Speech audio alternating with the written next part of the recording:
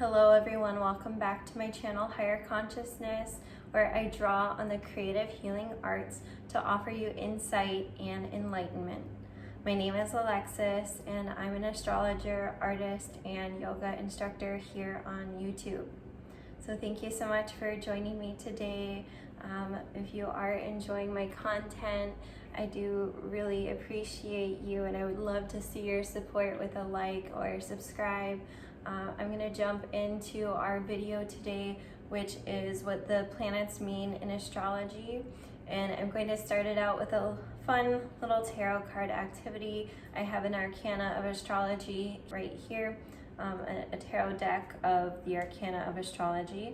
And I thought maybe we could ask Spirit what Spirit wants you to know about what astrology is and what we need to know about the planets. So hopefully we have some planets coming up here. I did happen to look up our date today. The date that I'm filming this is February the 17th. And when I did the math about today's life path number and the energy of today, I did find out that today's energy is a 6.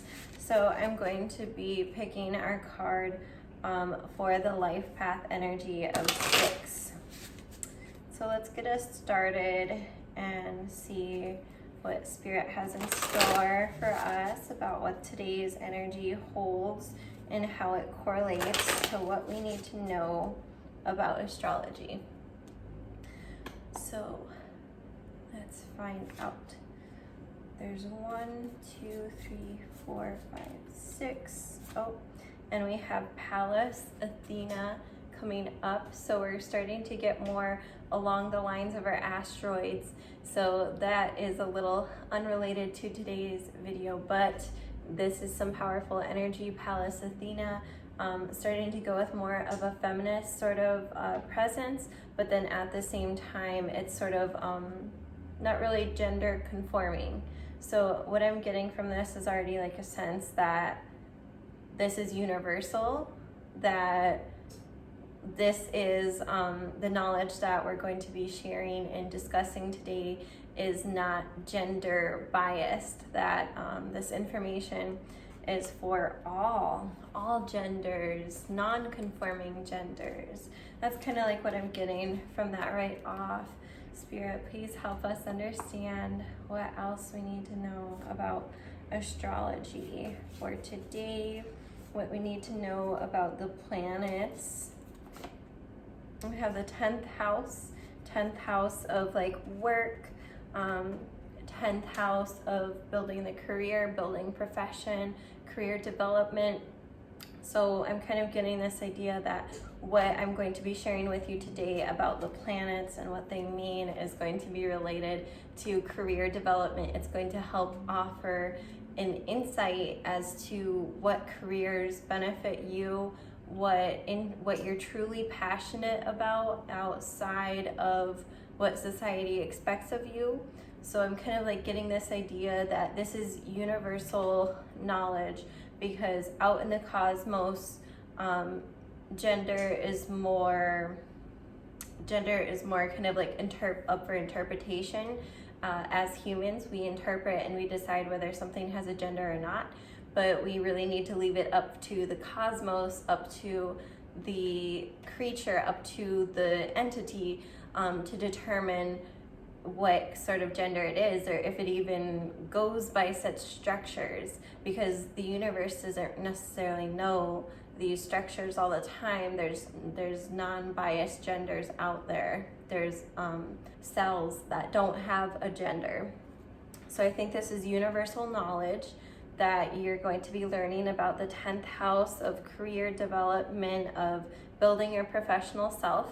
I think that learning about the planets in astrology tends to bring us to more ideas about who we really are, and knowing ourselves a little bit more helps us gravitate towards the professions that we really want to be in, that we have no trouble getting out of bed in the morning to do these professions because they really speak to us, because they really call to us. So that's kind of what I'm getting, and I'm going to ask Spirit for one more confirmation from this deck before we jump into what the planets mean in astrology. So Spirit, please help us understand what it is that we need to know about what the planets in astrology are going to help us know, going to help us with. So we have our card, our life for life path number 6, and what do we have? The Sun. This is absolutely amazing. Spirit does not lie. We definitely need the Sun, because the Sun is all about ego, and I will be jumping into that very soon, more in depth about what the Sun means, as this video is all about what the planets mean in astrology, including the Sun. So we're going to jump into that here in a second, but just for the sakes of this and our pairing up of our cards, this is a perfect pairing because it says that it's coming to light now. Everything about your universal knowledge, everything about your professional self is coming to light. It's going to be brought to surface right now. We're going to have a better understanding about what our identity is, what really resonates with us, what comes to the surface, to the point that really we're ready to act upon it and start building that career and that professional self.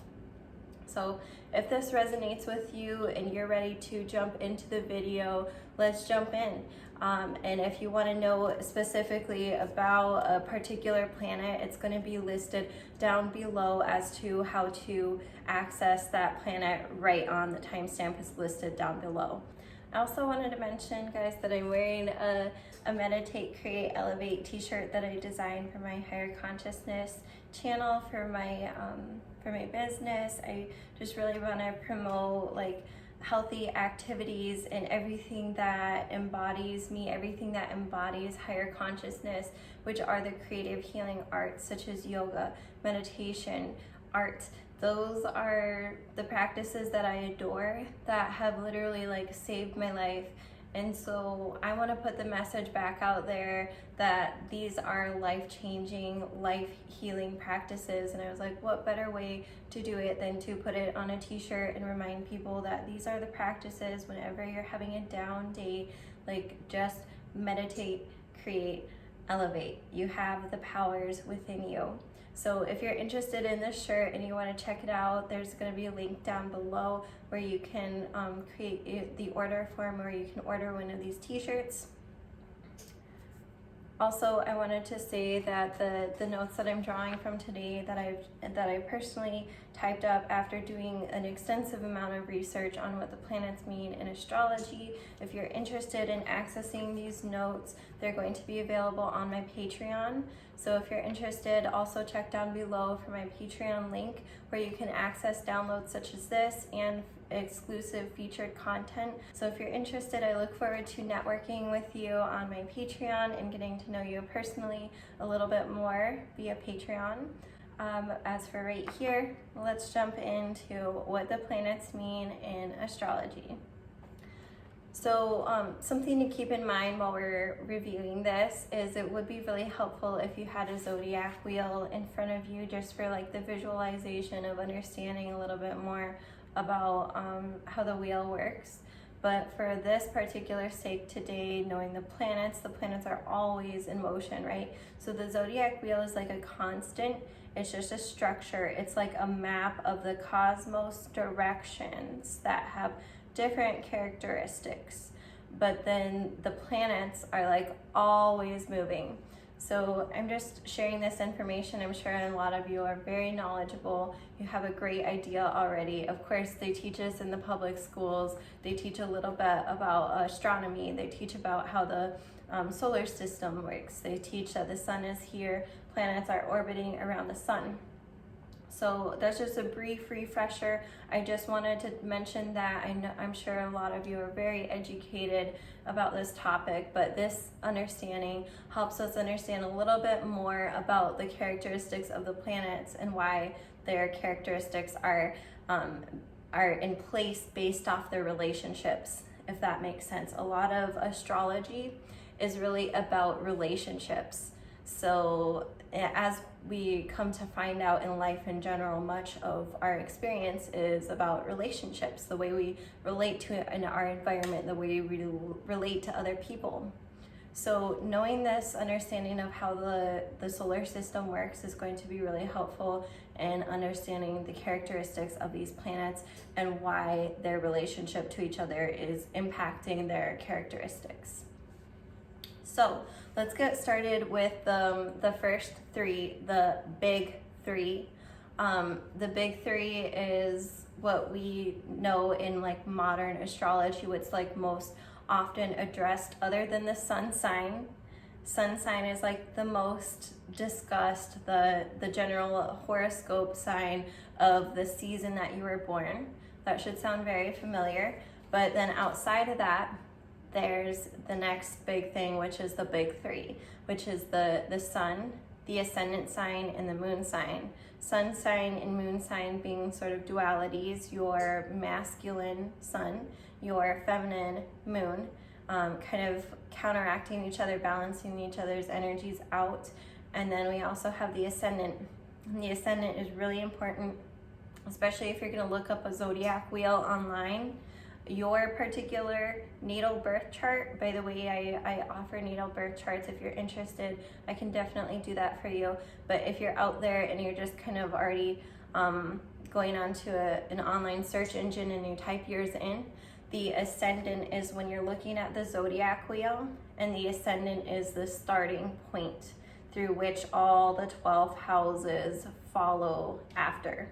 So each person has a different ascendant, and the ascendant leads to a different pairing of houses and zodiac signs. So all people who have, say, I'm a Cancer ascendant, so everyone who has a Cancer ascendant is going to be starting in the house of, or in the sign of Cancer.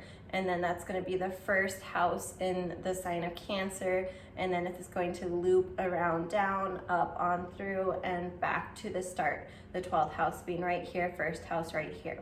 So if you're looking up your zodiac wheel, that should kind of resonate with you. The ascendant is starting the chain of the houses that follow after it.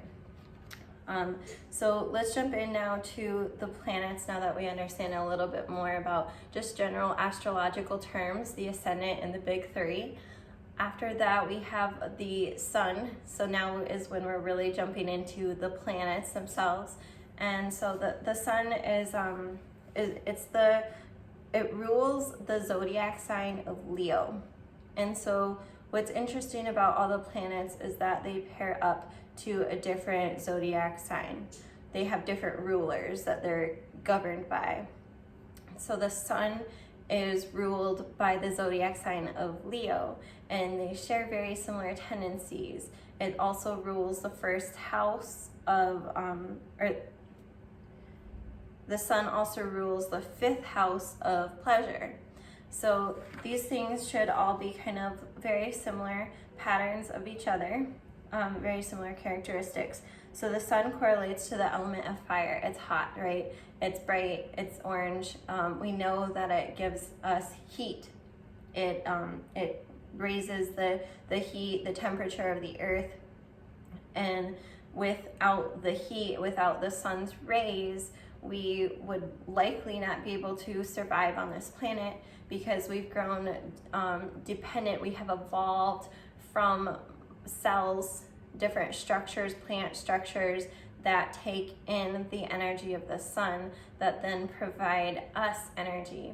So without the sun, we would probably not be here as humans. So it's really important to think about the scientific role of the sun and being able to understand how important the sun's energy really is, and when it comes up in astrology, when it comes up in tarot. It's very powerful.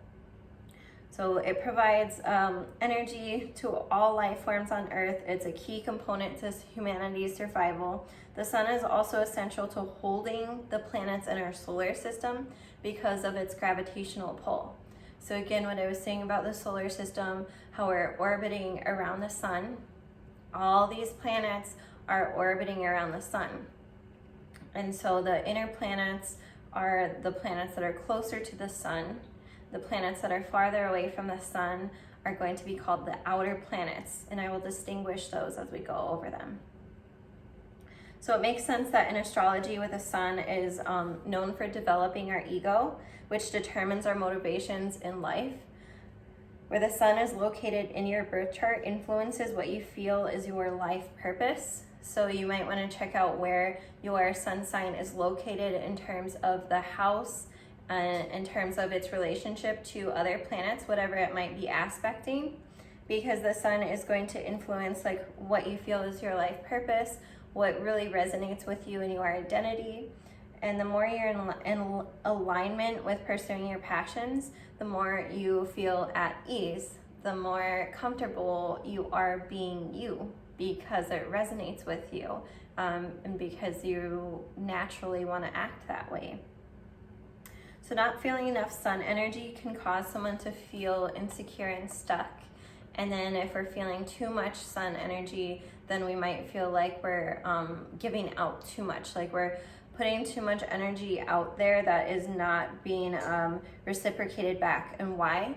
Because when we put so much energy out there and we're just kind of like pushing, then that can come off as like egotistical, and it can come off as entitled.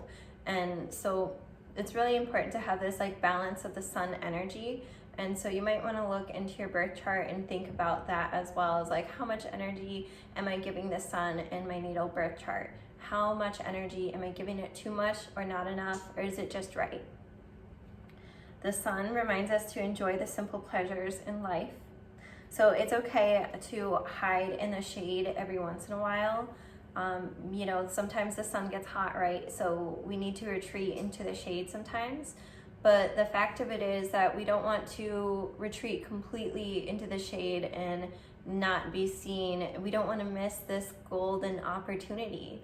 So that whenever the sun comes up in a birth chart and a reading, the sun is talking about how we should feel abundant, how we should feel like we have that energy and the willpower within us to do these different things, to act on the tasks.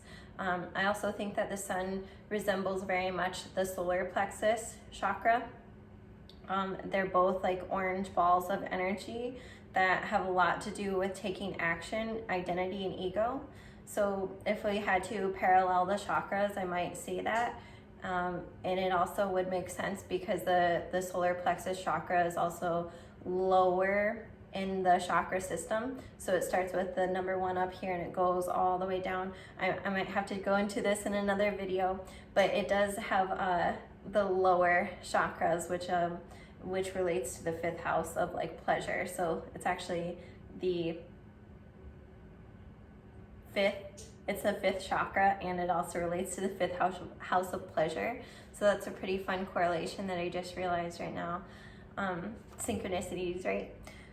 So again, we don't want to miss the golden opportunity to live your life to its fullest by becoming in touch with your sun sign. So super important, super important. You probably already come into contact again with your sun sign because it's in many horoscopes that we identify with. But diving in a little bit deeper, I would recommend getting your natal birth chart done and looking at what house your sun sign is located in, because everyone knows for the most part what sun sign they are a part of because of the season they were born, but not everyone knows what house correlates to where the planet is located at the time of your birth. So I think that's really important because each house has a different characteristic as well. So that's really important in understanding your identity and what really resonates with you and what provides you energy to move forward. All right, so I spent a while on talking about the sun sign. We're gonna move on now to the moon sign. So moon rules the zodiac sign of Cancer and the 4th house of family. So the moon, the planet, correlates to the element of water. And I just love the dualities again with sun and moon, with like a fire sign first with the sun and then a water sign with the moon. I love that balance of the dualities and what it means to us as like earthlings and that balance. So So moon rules emotions, and so Cancer energies act on their emotions. I should know this. I'm a Cancer. I feel very emotionally charged and very responsive to when different things come up. A lot of Cancers are empaths, so this is why they have a strong tendency to feel things. So moon is very much, it can be labeled in a sort of emotional way. It can get a negative connotation for being emotional or moody, but this can happen to those who might be less in touch with their moon sign, with their house that their moon is stationed in. So that can kind of happen, and it's really important to become aware of the moon for that reason, so that we can gain more awareness of our emotions. And so healthy Cancer ascendant suns or moons are in touch with their emotions. So just as I was just saying, they're in touch with their emotions. They've gained an awareness. It's not their first time hearing at this point that they are a water sign, that they're emotional. So they've gained an awareness. That's a healthy version of these Cancer ascendants, moons, suns. And then, so the moon changes every day, just as Cancer does. The moon transits each house of the zodiac every 2.5 days. And with that fast of a transit, it's no wonder that Cancers are labeled moody, because if the moon is transiting a house every 2.5 days, that's like a different characteristic coming up like every 2.5 days. So it's definitely like a challenge, but it can also be thought of as transformative.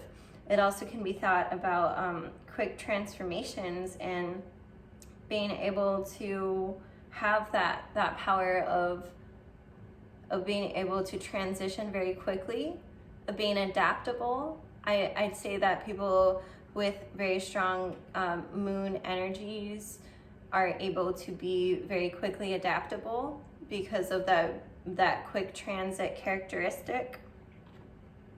But once again, the negative connotation is that it can come off as having a mood swing or having insecurities. For those people who have strong moon energies that aren't able to be as aware about it, then it can come across as like mood swings or insecurities. And then, but once again, the reason why the moon has such like a dark side to it is because it literally has moon cycles, right? It has the new moon, which is when we can't see the moon. It's in the shadow of the earth. We cannot see the moon, and during a new moon, and then during a full moon, we can see the moon fully. It's fully illuminated. So with all the shadows that we see on the moon, it comes with a lot of shadow work. So those with a lot of moon energy have got to be ready to do a lot of shadow work in order to release those feelings of insecurities or those feelings of mood swings. So we want to do some shadow work. We want to create a healthy relationship with the inner self. Our subconscious desires, intuitive nudges, and habits need to be addressed and in alignment to feel calm and resilient. So everything that's hidden within, again, the shadow work, everything that is hidden is coming to the surface sometimes, and we need to be able to bring it to the surface in a healthy manner in order for our moon energies to be in alignment, in order for us to have a healthy relationship with the inner self. So the moon reminds us to sit with our emotions and nurture ourselves, and then to share our emotions, our feelings, so that we can be at peace with our environment. So Cancers are deeply compassionate and intuitive people. They make excellent parents and therapists. So we're ready to hop along to the next one, Mercury. So Mercury, awesome. I can't wait for Mercury. So Mercury rules the zodiac signs of Gemini and Virgo. as well as rules the 3rd and the 6th houses of communication and of health and habits. So this planet is correlated to the element of air. And because this element is correlated to the element of air, it's very fast moving, like communication, right? So air travels very fast, or vocal sounds travel very fast, right? We can send a text message to someone on the other side of the planet, on the other side of the globe. So we know that air or vocal capacity can travel very fast. So this is why the element of air really resonates for the characteristic of Mercury, because Mercury is all about communication. And so it makes a lot of sense that the sign of air is correlated in that way. And if you want to think of it that way, super helpful to remember. The planet Mercury is also representative of how we think and how we intellectualize. So I know I already said communication, but it also has to do with the thinking process. So it's all about like this taking in information and responding to it sort of process.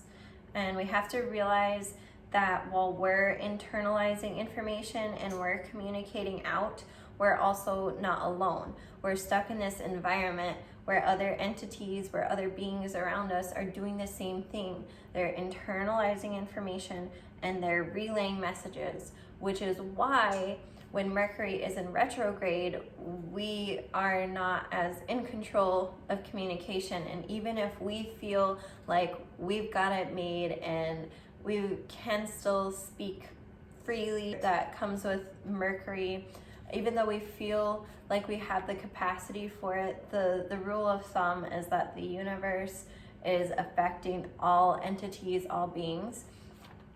So even if you are a Mercury retrograde person, say you were born during a Mercury retrograde and it resonates with you, that energy resonates with you and it flows with you, it works for you.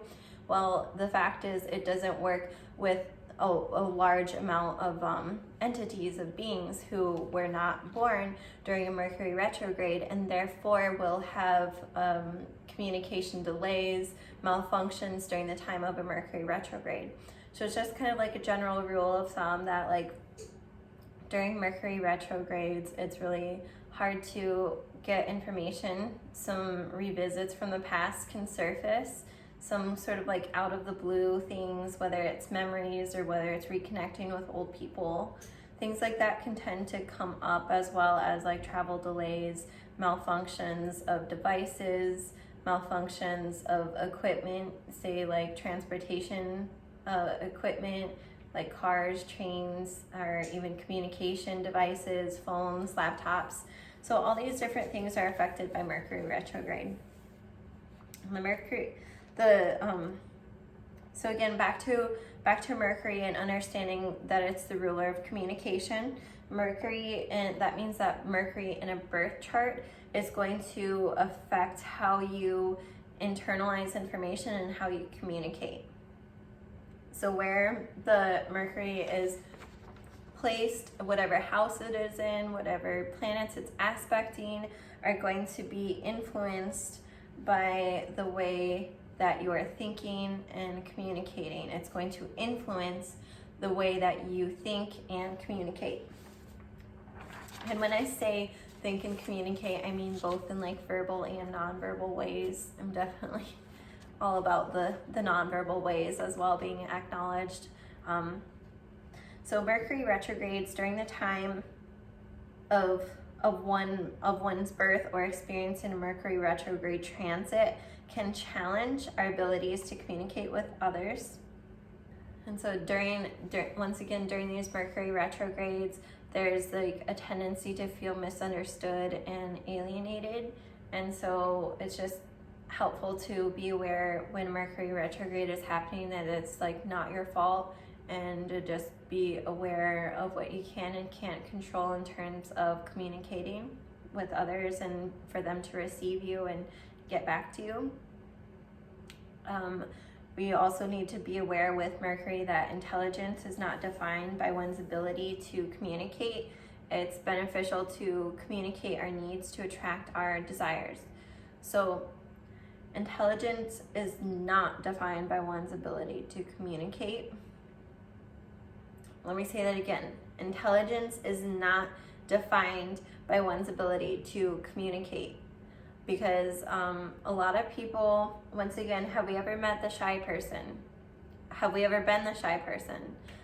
There's a lot of people out there who are not sharing their voices, who have taken in a lot of information, gathered in a lot of experience. And so just keeping in mind that although Mercury is a lot about communication, we also want to be aware that it's also about intelligence. And so we can't always expect people who have a lot of Mercury energy to necessarily be communicators in such a verbal sort of way, which Western society has a tendency to think of communication as verbal. We can also think of it as nonverbal. So in terms of like body movement arts, in terms of arts, like not only kinesthetic movement, but like 2D design, different things like that. Like there's so many different ways that we can communicate. We can communicate through sign language, through so what I'm trying to say here is that like Mercury is not limited, and it does not need to be limited by what we Westerners kind of think of as communication, but Mercury is actually widened to a broader term of a broader use of communication and also nonverbal ways. So intelligence is not defined by one's ability to communicate, but it's beneficial to communicate our needs to attract our desires. Mercury reminds us that it is cathartic to communicate to others and be received openly, and it demonstrates the impact of positive and negative forms of communication. It demonstrates how we can communicate our positive ideas to create more abundance. Geminis talk a lot and are really good at communicating, and they're excellent broadcasters and they're quick thinkers. Virgos process their thoughts and are analytical and intelligent. They express themselves constructively for the benefit of their health and wellness, which ripples out into the lives that they communicate with. So Gemini is affiliated with the third house of like short-term communications, and Virgo is correlated to the sixth house of health and wellness. So for those reasons, they have different communication skills.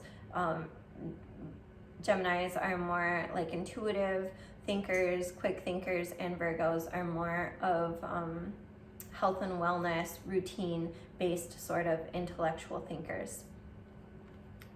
But both are encompassed by the planet of Mercury and communication in general. They both correlate to communication. And so therefore both Virgos and Geminis are really good at speaking and presenting themselves. So next I want to talk about Venus.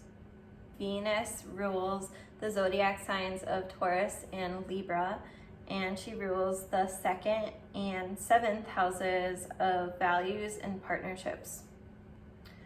So Venus as a planet has an element correlated to Earth. Its element is Earth. Both Taurus and Libra are Earth, related to Earth, although Libra has sometimes kind of like been on the fence as also an air sign. When it comes down to it, Taurus and Libra are Earth-based under the realm of Venus. This makes a lot of sense because Venus is related to abundance and material. It's related to like material wealth, and both Taurus and Libra are affiliated with being attracted to material wealth or being attracted to attractive things. They are attractive people themselves, and they have an eye for material abundance. So it's not to say that these particular signs are just superficial. they're actually very much deeper than that. And so I want to address now those deeper sides of the characteristics of Venus. So Venus is also on a spiritual level. Venus is involved with love. And we know love is like one of the greatest energies on earth. It's free, right? Love is infinite, it's free, it's unconditional. So when you find a love like that, it's a very spiritual practice. It's a very spiritual connection. So Venus is actually not as superficial, or it doesn't have to always be addressed as superficial. Venus actually carries a really high vibration as the planet of love and beauty. And so it deals with both physical and monetary abundance, which I've made very apparent with the surface level sort of superficial things. But then once again, we have the depth of Venus, which is about how it demonstrates our love in relationships.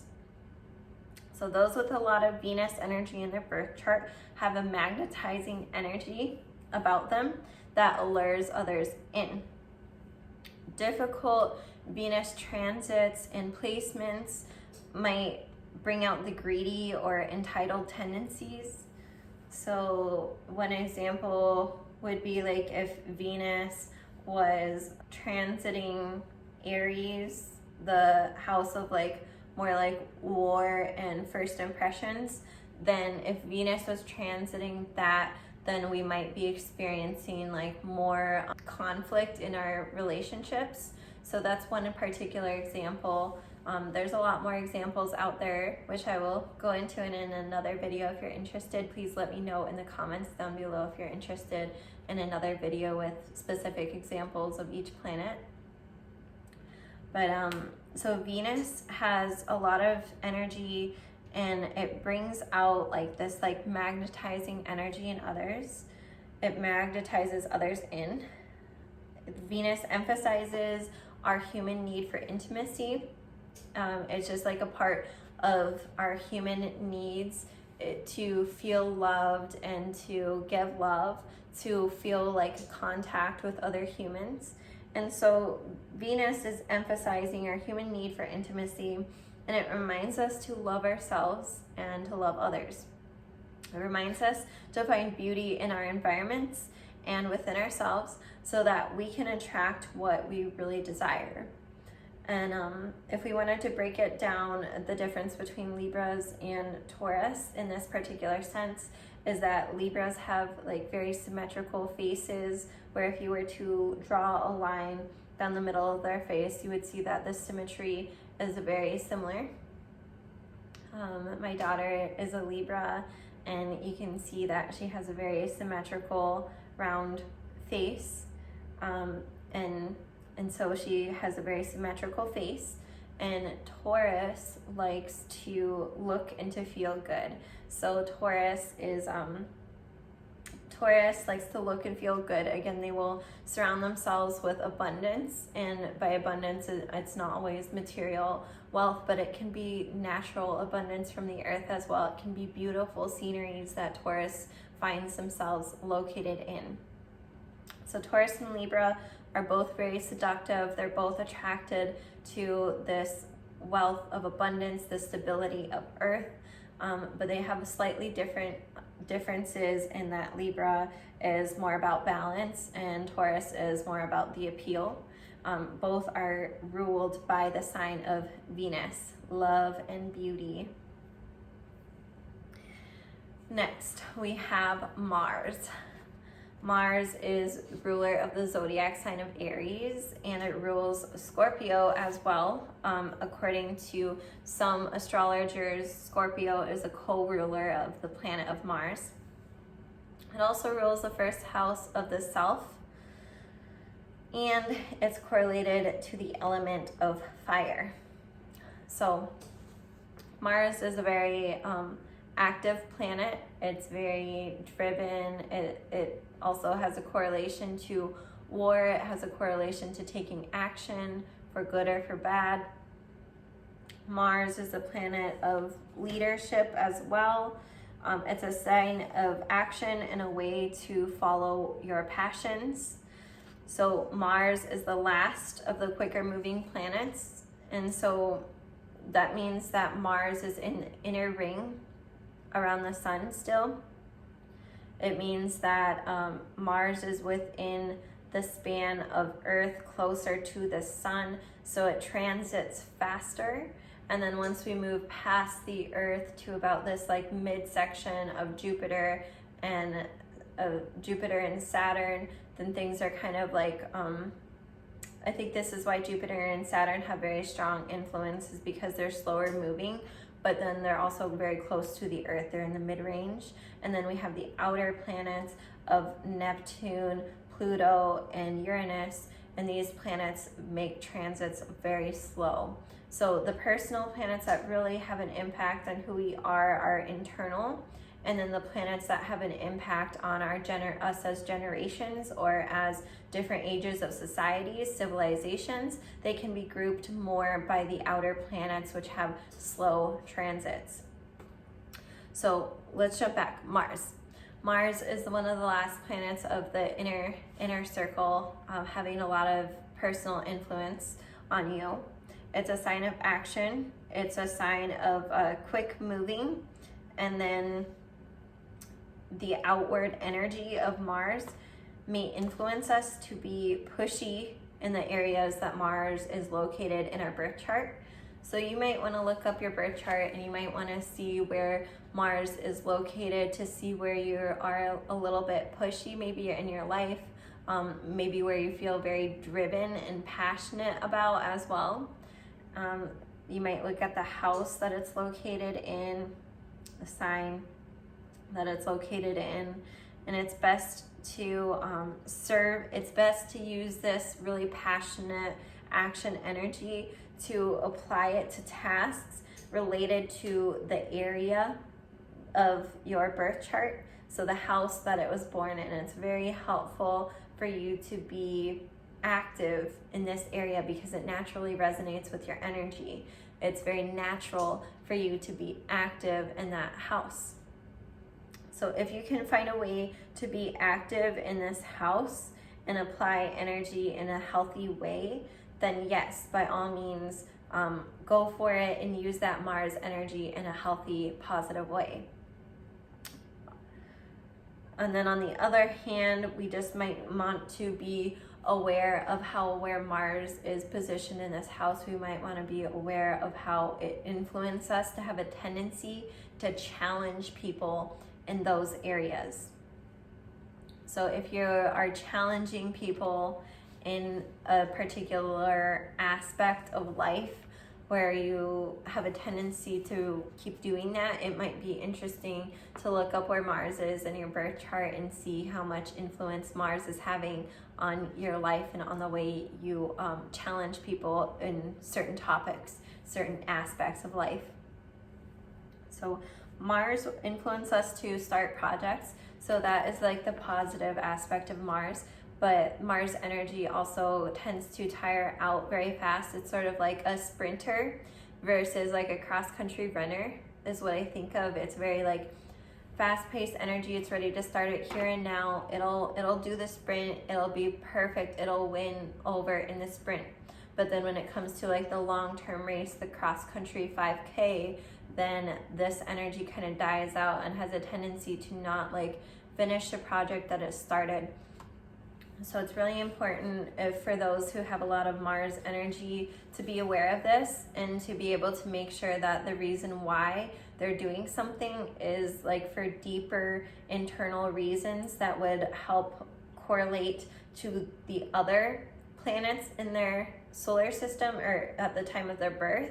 If they could find some way of like deeper passion for it, then it would be encompassing other planet energies they can pull on versus just having just this, I want this now sort of energy. So something to be very aware of, but also something very beneficial of Mars is like that tendency to jump up and do something. So we might want to like pull on that Mars energy, like when we're waking up for the day and we got to jump up that might be a time to pull on Mars energy, but I don't know. Let me know in the comments what you think about that.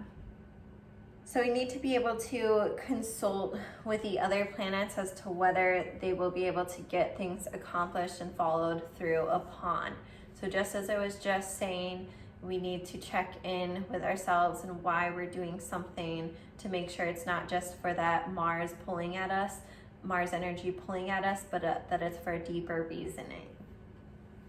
So next we're going to talk about Jupiter. Jupiter is ruling the zodiac sign of Sagittarius and the 9th house of philosophy. Jupiter is correlated to the element of fire. It's the planet that represents where you see expansion and luck in your life and how to go about achieving that. So Jupiter and Saturn are kind of like dualities, if you will. It's helpful to think about these two as a pair. Jupiter is the planet of expansion, while Saturn is the planet of like rulership and maybe even restriction. So if we think about those dualities, Jupiter, expansion, Saturn, restriction. So Jupiter is the planet that represents where you're going to see expansion and have luck within your life. And it's going to explain to how to go about achieving that. So our search for philosophical meaning is a passionate process.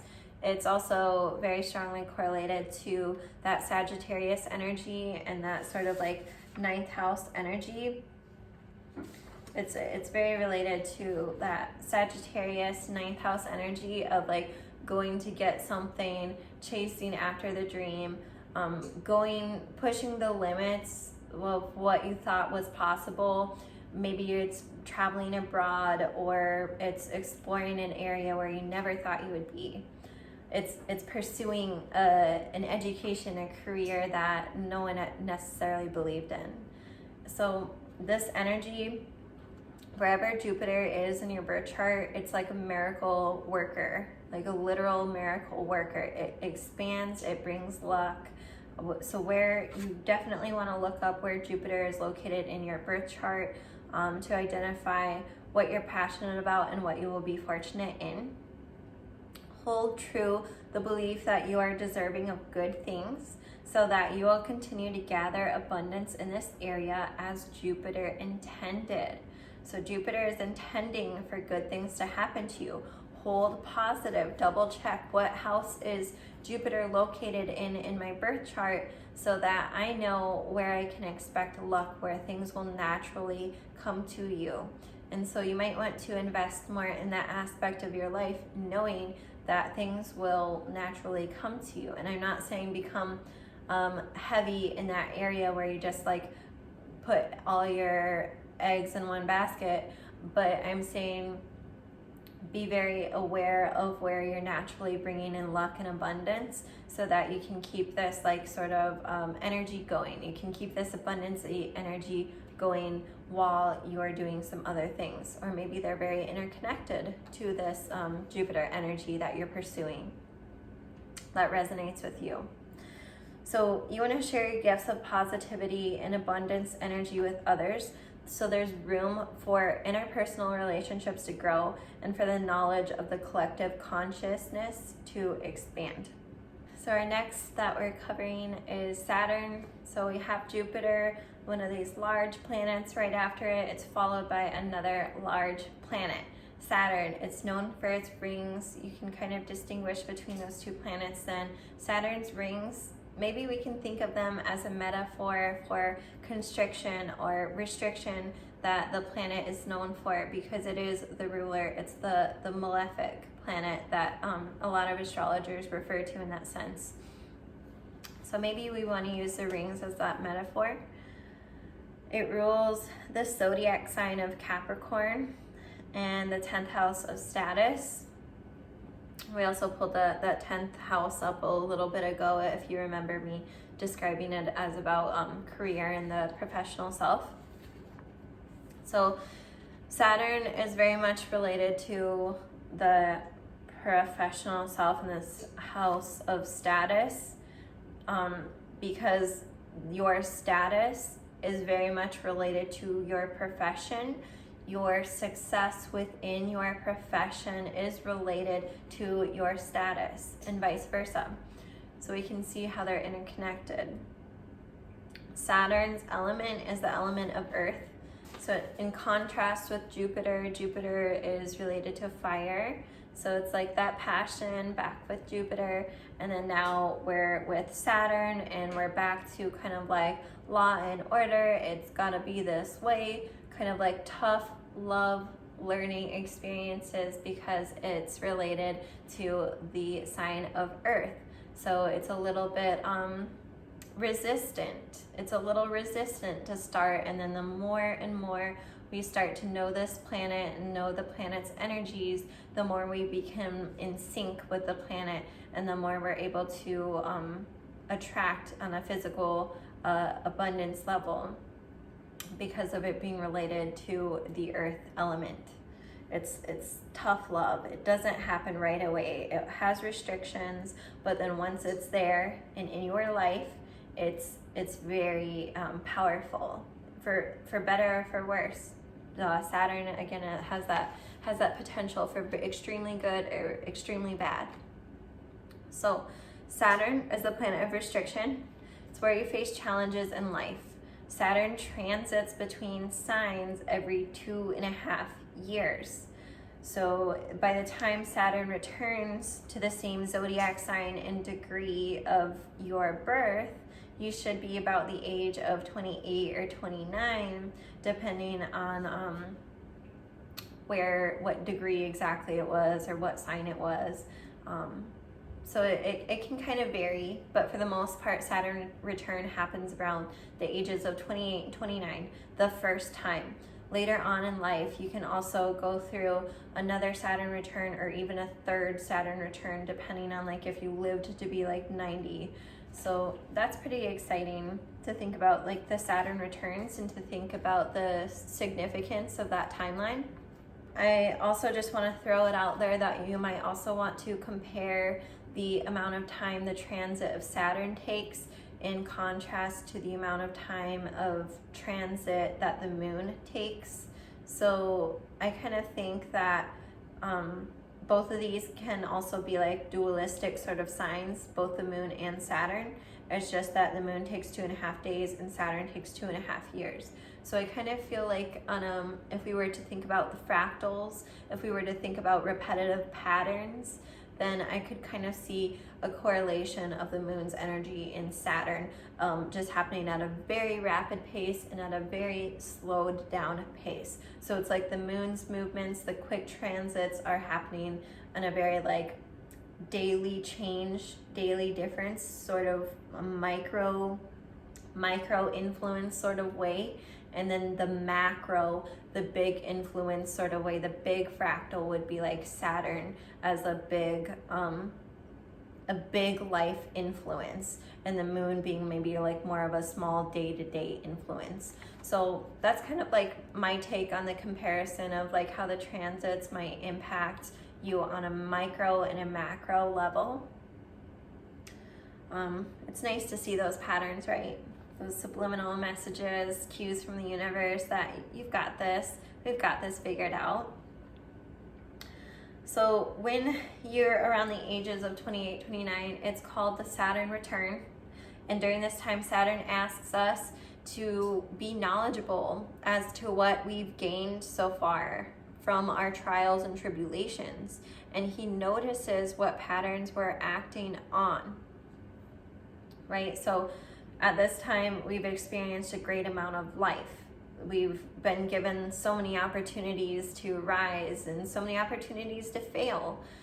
So through those experiences, we start to notice what behaviors we have built habits upon and what is really going to play an influence on our lives.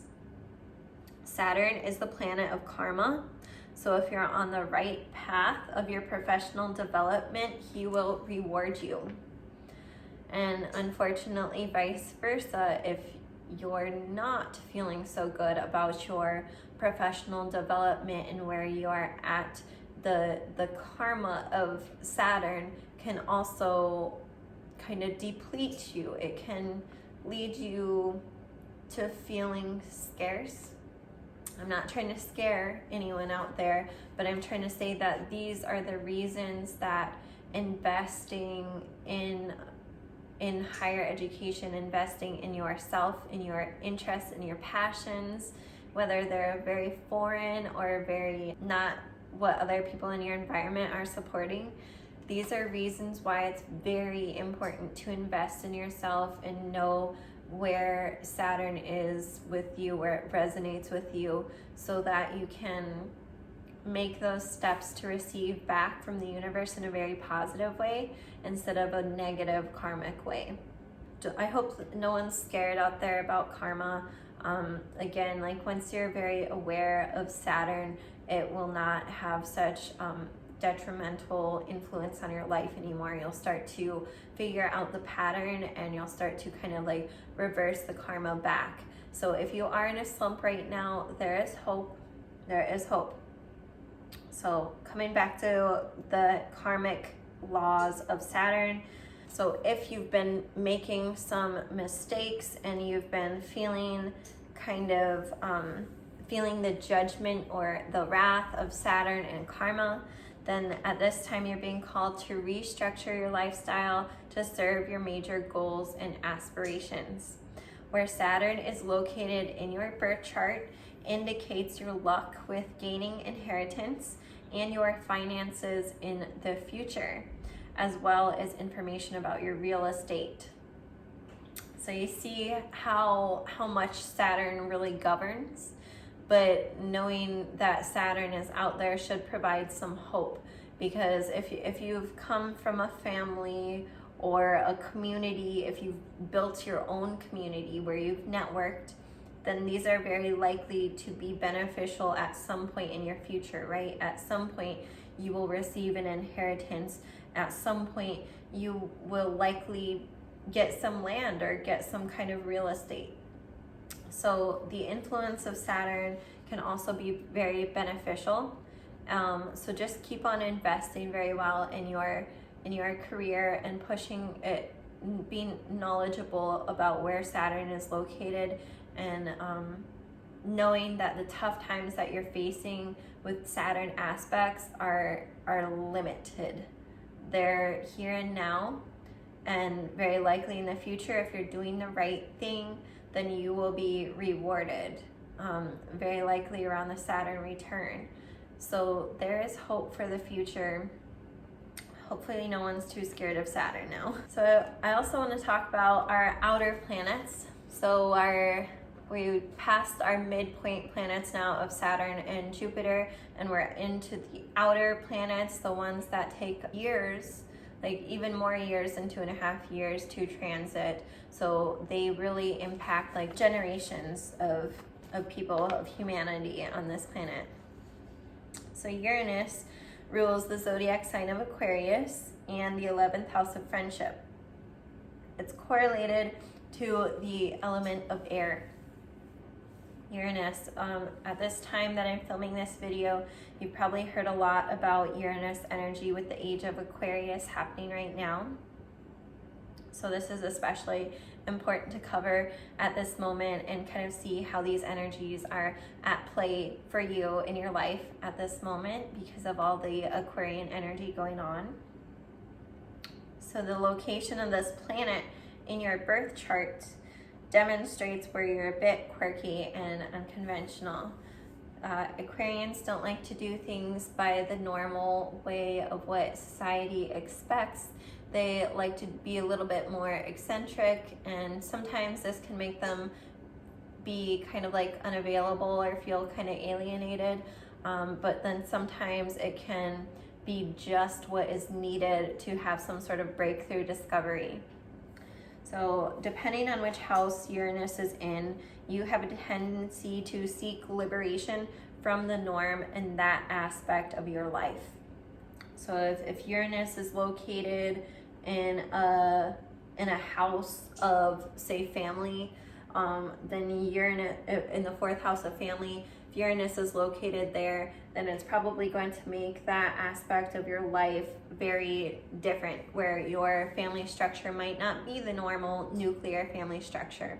Your family structure might be more, say you have non-nuclear family styles, which is very broad. We can have like divorced homes. We can have grandparents raising the grandchild. We can have non-conforming gender parents. So there's a large amount of non-nuclear, from a Western sense, of what that could mean in the family life.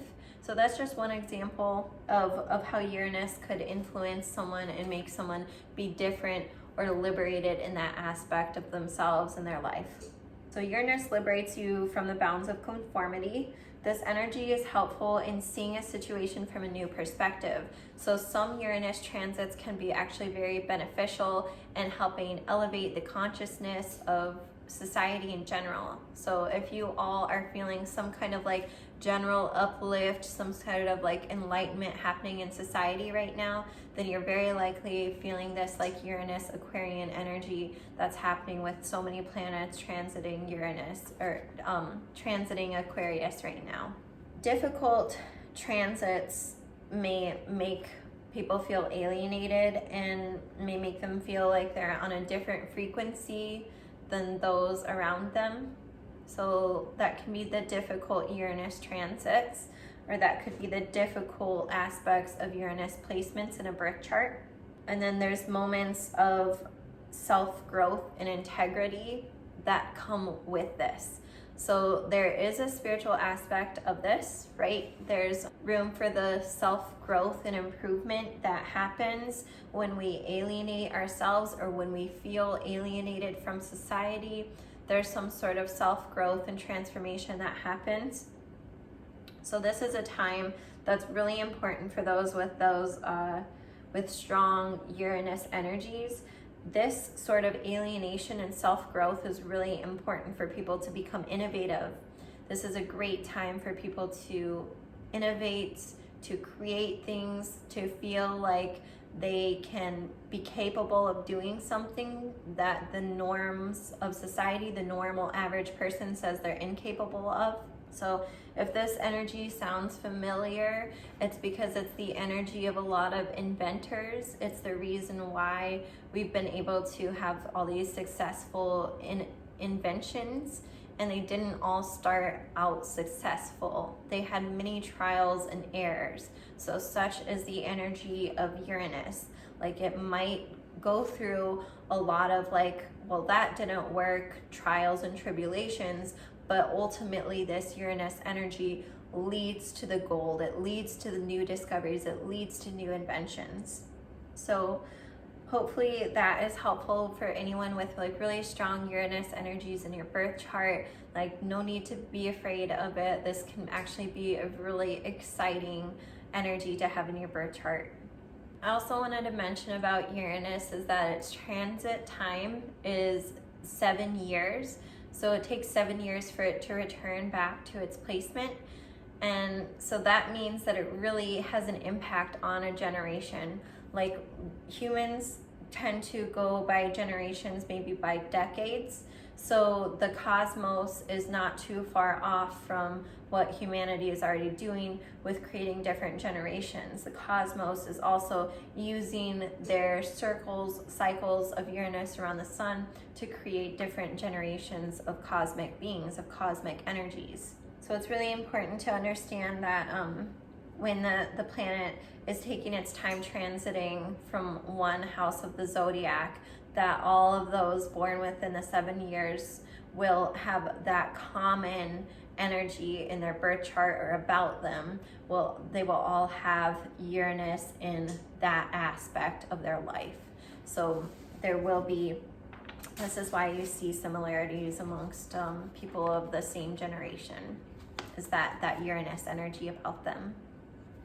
Next, I want to talk about Neptune. Neptune rules the zodiac sign of Pisces and the 12th house of undoing. So it's correlated to the element of water, and it's known for its characteristics of illusion and possibly delusion in an impossible negative aspect.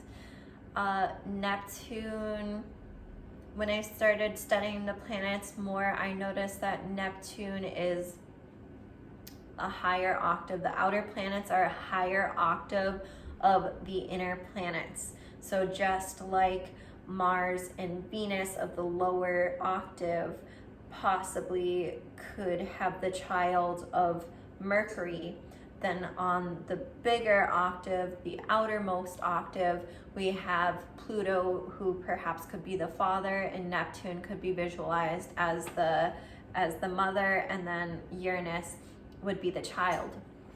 So we have this parallel between the inner and the outer houses that's helpful to see them as octaves. So when we think of them as octaves, that would explain why Neptune has some similar characteristics of Venus, similar attraction, of appeal. It's appealing, like fantasy. Fantasies appear very appealing. So Neptune energy can be very appealing. So it has that commonality with Venus, that there's this appealing aspect to it, but then it also has the potential to be very malefic. It has the potential to fall through, because if we see a fantasy and we're attracted to it, and then we get close and we find out that, oh, it was a mirage, then things kind of like dissipate away, and the fantasy we find was in our minds and not in actual physical existence. So this is the difference then between the Venus and the Neptune and Venus energies, though, is that Neptune is more of a water-based, it's more mystical, and Venus itself is more stable, is more earth-based. So when we're back out with Neptune, where Neptune is located will indicate that the individual will experience some kind of fogginess in this area. They will not be able to see clearly, and they will have to learn to trust their heart and intuition in this area. So this is how Neptune teaches spiritual growth and psychic awareness. And a lot of people who've had a lot of experiences in the aspect of where Neptune is located in their birth charts, when they've had a lot of experiences in that particular aspect, then they are likely to become very aware, very knowledgeable, very intuitive in that aspect of their life. So that's why Neptune can be a spiritual teacher, and it can encourage psychic awareness in certain placements of the birth chart. The house that Neptune is located in your birth chart usually helps identify what fulfills one spiritually. Earlier in the life, your life is likely to be very unclear in this area. It can be unclear when you're a child what fulfills you spiritually, because you need a variety of experiences to gain psychic awareness. So it can be very unclear to begin with, and then as you develop your psychic abilities, then you become more fulfilled in this aspect of your life. You recognize it for its potential for spiritual abundance. So those with blockages in their Neptune energy, such as those faced with difficult Neptune transits, then they can hold on to pain and are likely to hide their pain in addictions. So since Neptune is related to fantasy, then we can become addicted.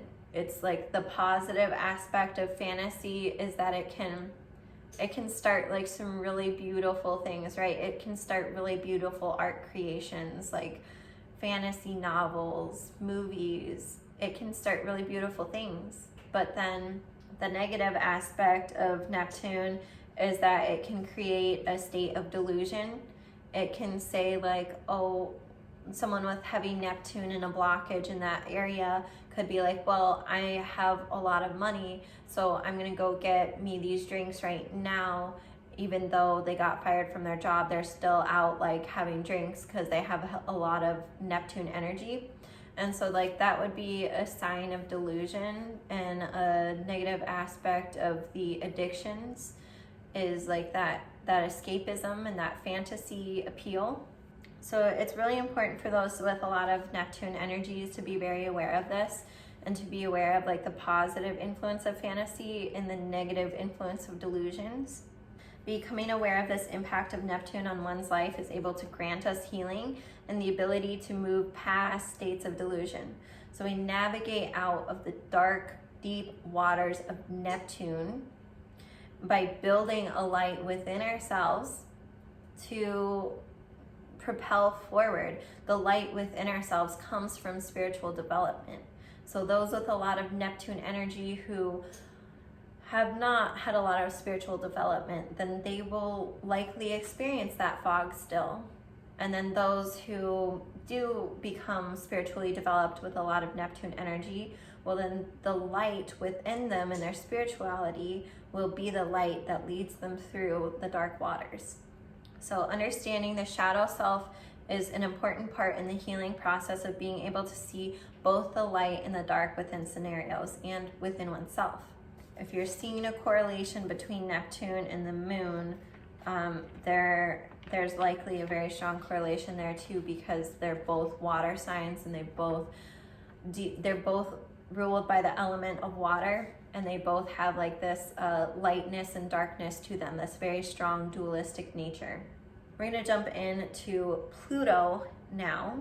Pluto rules the zodiac sign of Scorpio and the 8th house of reincarnation. Pluto is correlated to the element of water.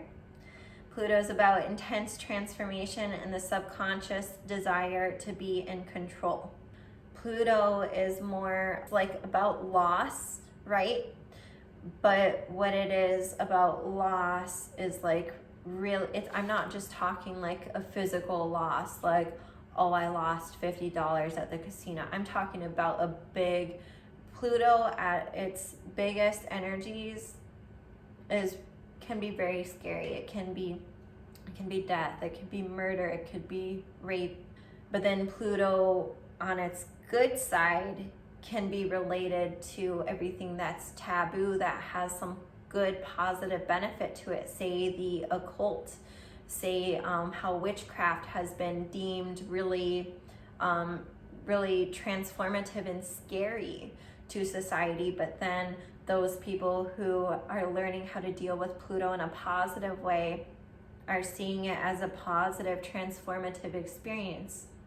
So on one hand, on the positive side of Pluto, we can have positive manifestations of, say, positive witchcraft, positive occult experiences and knowledge. But then on the other side, we have those really down and terrible aspects of Pluto, those like really detrimental experiences and really dark energies.